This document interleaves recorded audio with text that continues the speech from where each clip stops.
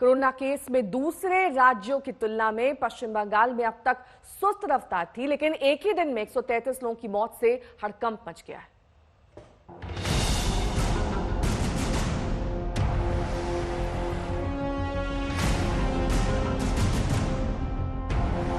पहले कोरोना हटाइए, उसको बाद हम देश को बचाएंगे। पश्चिम बंगाल की सियासी लड़ाई में फायदा कोरोना को हो रहा है और नुकसान वहां की जनता उठा रही है।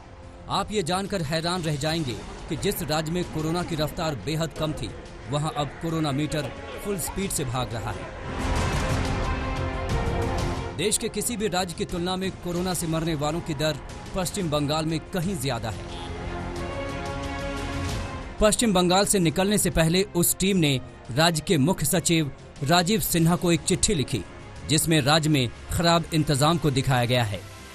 उस चिट्ठी को टीम के मुखिया और भारत सरकार के विशेष सचिव अपूर्व चंद्रा ने लिखा है कि राज्य सरकार ने अलग अलग समय पर मरने वालों और कोरोना मरीजों का जो ब्यौरा दिया है, उनमें बहुत फर्क है। इस केंद्रीय टीम का कहना है कि राज्य में कोरोना की मृत्यु दर 12.8% है, जो किसी भी राज्य से ज्यादा है। ये अत्यधिक उच्च मृत्यु दर राज्य में बेहद कम टेस्टिंग होना और कोरोना मरीजों की निगरानी और ट्रैकिंग की कमजोर व्यवस्था के कारण है।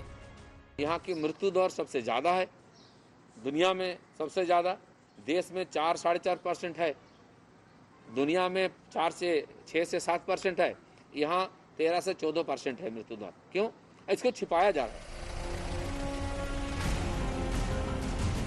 कहाँ तो तय था कि कोरोना से लड़ेंगे और कहाँ आपस में लड़ बैठे। केंद्रीय टीम के आरोपों पर ममता के सांसद ने सीधे केंद्र पर हमला बोल दिया। Why should we hide? There is no question of hiding anything. Everything is being disclosed. Every inch is being disclosed before the common public. वैसे अगर पिछले 5 दिनों में प्रदेश का हाल देखें तो पश्चिम बंगाल से आंकड़े दहलाने वाले आ रहे हैं। 1 मई को कोरोना मरीजों की संख्या 623 थी और मरने वालों की 33। 2 मई को आंकड़े में कोई फर्क नहीं आया। 3 मई को मरीजों की संख्या 738 हो गई, लेकिन मरने वालों की संख्या 33 ही रही। 4 मई को मरीजों की संख्या बढ़कर 777 हुई और मरने वाले भी 2 और बढ़कर 35 हो गए। लेकिन 5 मई को जहां मरीजों की संख्या 908 हुई, वहीं मरने वालों की संख्या अचानक बढ़कर 133 हो गई। लेकिन राज्य में कोरोना के इस जानलेवा संक्रमण पर एक टीम की जगह काम करने की बजाय केंद्र और राज्यों की जोर आजमाइश जारी है। आज तक ब्यूरो। और ज्यादा जानकारी के साथ इस वक्त मनोज्ञा लोईवाल हमारे साथ जुड़ गए हैं। मनोज्ञा, पश्चिम बंगाल में पिछले 5 दिन के आंकड़े बेहद डराने वाले हैं। इसके बावजूद केंद्र और राज्य सरकार में खींचतान चल रही है। ये एक नेशनल क्राइसिस है, ये एक एपिडेमिक है। इससे लड़ने के लिए दोनों को एकजुट होकर, एक साथ होकर लड़ना होगा। उसके बावजूद इस तरह से जो एक दूसरे पर आरोप प्रत्यारोप का दौर चल रहा है, इससे फायदा किसी का नहीं होना है, बल्कि इसी तरह से लगातार केस बढ़ते जाएंगे।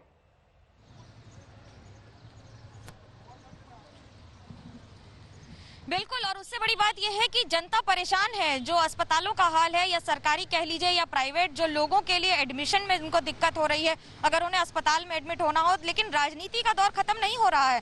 तृणमूल कांग्रेस हो, भाजपा हो, राज्य सरकार हो, केंद्र सरकार हो, यहाँ तक कि आईसीएमआर की गाइडलाइंस को कई बार जिस तरह से रखा गया है, वो अपने आप में सोचनीय और विचार करने वाली बात है। क्योंकि बंगाल में एक के बाद एक अब डॉक्टर्स ने भी लिख दिया है कि कई ऐसे लोग हैं जो सरकार द्वारा अपॉइंट किए गए हैं, जिनके खिलाफ वो आवाज उठाना चाहते हैं। और उन्होंने ये तक कहा है कि जो आईसीएमआर की गाइडलाइंस है वो दी जाए, न कि एक कमेटी के जरिए ये एनालाइज किया जाए कि कौन कोविड-19 डेथ है और कौन कोमॉर्बिड है। जिस तरह से मौत के आंकड़े बढ़ रहे हैं वो अपने आप में बता रहे। लेकिन राज्य सरकार ने ये साफ किया है कि आंकड़े भले ही डेथ के बढ़ रहे हो, जो डेथ मॉर्टेलिटी रेट केंद्र सरकार की ओर से दिया गया है, खासतौर से आईएमसीटी जो स्पेशल टीम आई थी, उन्होंने जो दिया है 12.8% बंगाल के लिए, काफी चिंताजनक है। लेकिन सरकार का कहना है कि ये इसलिए है क्योंकि हमारे यहाँ टेस्टिंग कम हो रही है।